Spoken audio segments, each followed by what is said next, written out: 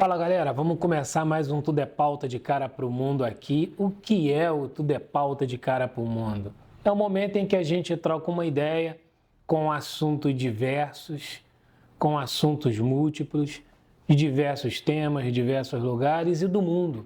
Aquilo que nos chama a atenção no mundo, por exemplo, o desequilíbrio ambiental, as guerras em andamento e tudo aquilo que traz uma comoção e que pode trazer a gente a ter uma opinião, uma visão, não a verdade absoluta, mas o direito à opinião.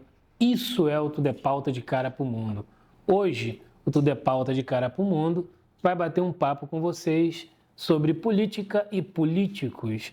Vamos nos aproximando de um dos maiores períodos cívico-social da sociedade democrática em busca do direito, que é o exercício da revisão política a cada período. Então vamos bater um papo sobre isso, nada com relação a questões partidárias e direcional, mas uma conversa livre, aberta e libertária, como é a essência do Tudo é Pauta. Então vamos lá, vamos seguir todo mundo aí olhando as questões do Sul, que necessita imensamente da nossa generosidade, da nossa visão, da nossa brasilidade, e todo o resto do mundo, aquele que necessita, deve ter um pouco dessa brasilidade que é tão generosa. Segue, curte, compartilha, comenta, ajuda o nosso trabalho a crescer e a gente, diferente de outros trabalhos de audiovisual no YouTube, não pedimos Pix. A gente quer realizar um trabalho aberto, um trabalho de empoderamento. É isso. Vamos seguir aí, né, Marco? Exatamente. Reginaldo, começando aqui o De Cara para o Mundo, vamos dividir o seguinte: política. Sabemos que existem políticas públicas e a política do dia a dia, a política do cotidiano. Como é que a gente pode separar essas duas formas de política? Então, a questão absoluta é política. Você pode tratar de maneira diferente cada ângulo e cada patamar dela, mas não deve separar. Esse é o grande problema desde a Constituição filosófica até a instituição pragmática do sistema político na sociedade humana. É a separação. Então você não deve separar. É claro que você vai departamentalizar, um nome palavrão gigantesco, Você vai dar o trato de acordo com cada segmento? Vai, mas você não pode diluir, porque ela vai ser sempre ela em si. E ela sempre deve estar a serviço do cidadão, a serviço da cidadã, a serviço do povo.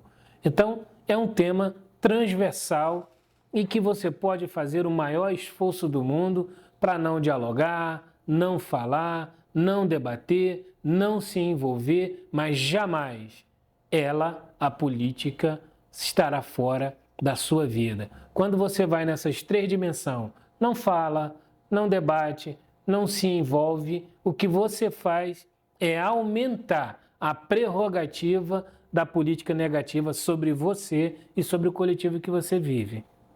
E o impacto da política em cada indivíduo e cada cidadão? Qual seria esse impacto, por exemplo, numa sociedade democrática?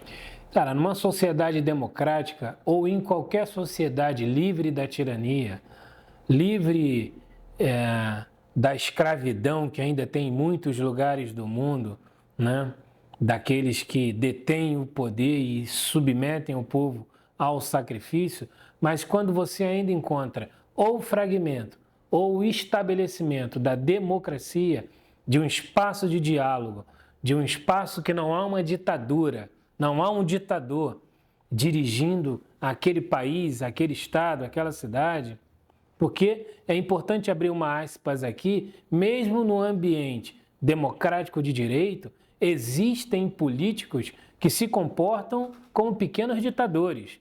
Eles vão ter vida longeva no controle de uma cidade, no controle de um estado e brigar por o controle de um país, com um comportamento ditatorial sobre um regime livre e libertário e de serviço como é o sistema político.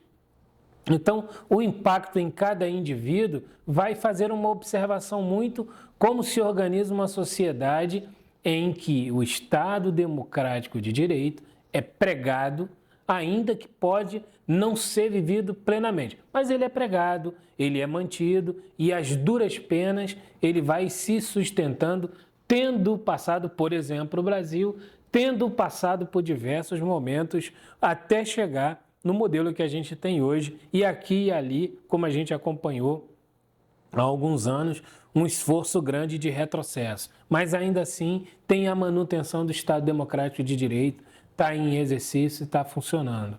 Então o impacto na vida de cada indivíduo vai estar de acordo em que lugar da sociedade esse indivíduo está colocado. Vamos pensar que a sociedade, cientificamente, ela é dividida numa pirâmide. Então, tem o topo, tem o meio e tem a base. Quem está no topo vai ter um impacto diferente de quem está no meio.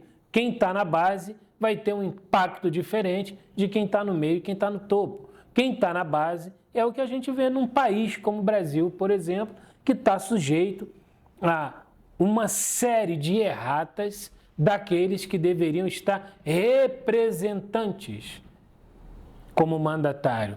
Vamos pegar aqui um exemplo de uma situação muitíssimo delicada para o Brasil, que é o uso cada vez maior de defensivo agrícola, né, o chamado agrotóxico, aplicado na produção alimentar brasileira. Aplicado, não defensivo agrícola mais, mas outras situações químicas aplicadas na indústria alimentícia.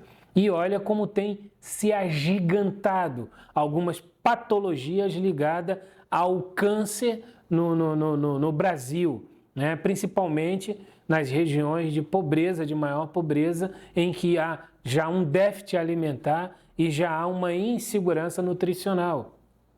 O que tudo isso tem a ver com a política? Porque é o sistema político e os políticos que fazem os ajustes do controle desses ativos que vão para a indústria, que vai para o agro, que vai para a piscicultura, que vai para todo o sistema que faz a governança de alimentação da população. Então, quando você tem uma fronteira livre e aberta para o uso de ativos que foram rejeitados em muitos países do mundo, porque comprovadamente são ativos químicos que vão matar paulatinamente o indivíduo humano pelo largo uso de consumo, no Brasil isso se mantém e cresce. Aquilo que em muitos países as organizações de saúde entenderam que é extremamente nocivo, aqui é usado em larga escala ilegalmente, porque está defendido num consórcio de uma bancada que legisla em causa disso. Então, isso acaba afetando quem? Acaba afetando a pessoa que está na base da pirâmide e aqui para nós, em miúdos e muito simplista, a favela, o favelado, a periferia, o periférico e até, por que não, a própria população em situação de rua.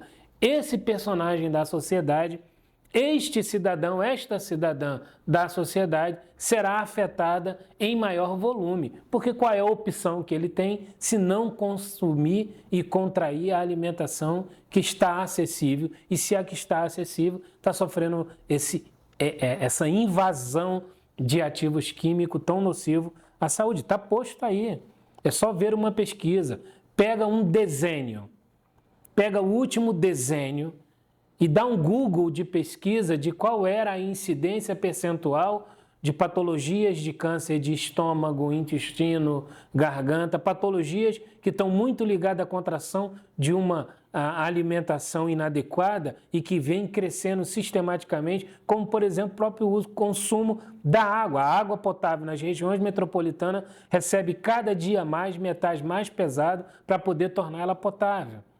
O consumo da água nas comunidades ribeirinha, indígena, região de floresta, estão cada vez com seus afluentes mais contaminados por uma série de elementos, entre eles o mercúrio, por causa da exploração de minério. Enfim, uma série de ativos.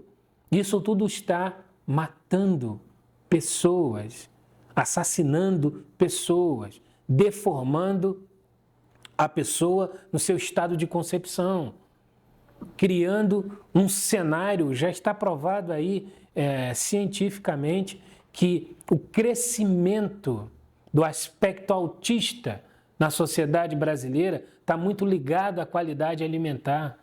Então, tudo isso tem a ver com o sistema político, porque quem está em cima tem que fazer uma governança pensando no bem-estar do povo, não no bem-estar da indústria, até tem, vou me corrigir aqui, precisa pensar também no bem-estar do sistema que alimenta e faz a roda girar, mas o bem-estar dessas instituições, destas associações, destas corporações, não devem estar acima da vida humana, como regularmente a gente percebe que está. Então, tudo isso tem a ver com a política. É assim que vai afetando individualmente a cada pessoa e na escala da pirâmide.